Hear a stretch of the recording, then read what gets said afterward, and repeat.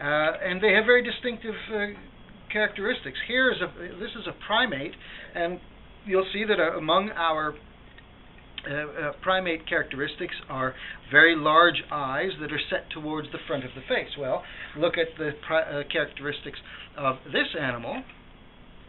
Very different animal. This is beaver, and I just picked up another mammal just as a comparison.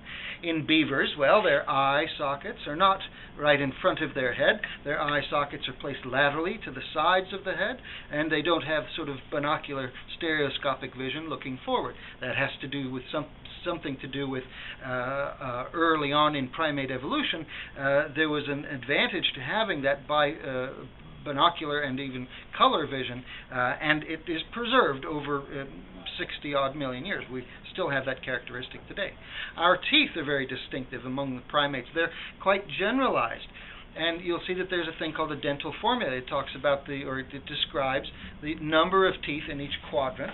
And for example, the Old World species have a dental formula of 2, 1, 2, 3, and that's 2 incisors, 1 canine, 2 premolars, and 3 molars, and you have the same thing in your mouth as well. So, to a degree, then, in that respect, we are related to this creature. Whereas this is quite a different thing. Here's a beaver, and it has 2 incisors, and then we switch straight into molars, no premolars at all. Also, look at this. The primate, generally speaking, we don't have much of a snout. Our face doesn't come forward like this, and in a dog, let's say, they have a long snout that comes forward, and instead what we have, or here's a beaver, again, a big snout that comes forward. Well, their primary sense is smell, not vision. And in the primates, for a long time, we have a premium evolutionarily in our eyes, in vision, rather than in smell. So we have relatively smaller face and larger eyes. We do sometimes see a kind of a snout, or what's called facial prognatism. The front of the face is stretched out to a degree in some primates, but that largely has to do with the size of their teeth. They've got some pretty big teeth, and that makes their face a little bit longer. This is a female chimpanzee.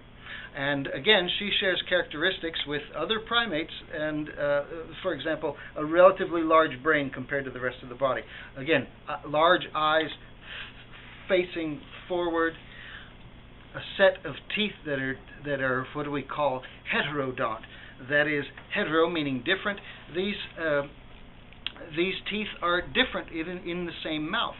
You can read about that in your guide here, and that shows us that this is not a specialized diet, that this is a generalized diet. They have different teeth for different functions, for different kinds of foods, whereas this is a very specialized creature. The beaver here, a very specialized creature, massive biological investment you can see there in those giant incisors used for cutting wood, for all the reasons that they cut wood.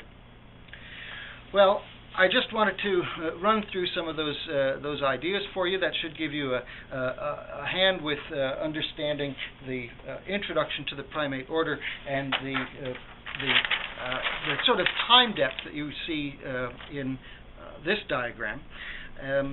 Give me an email if there's something you're wondering about with this diagram. Just keep in mind that, again, we're reconstructing the evolution of the primates through the fossil record over about 65 million years, with the result of the general variety of primates that we see today.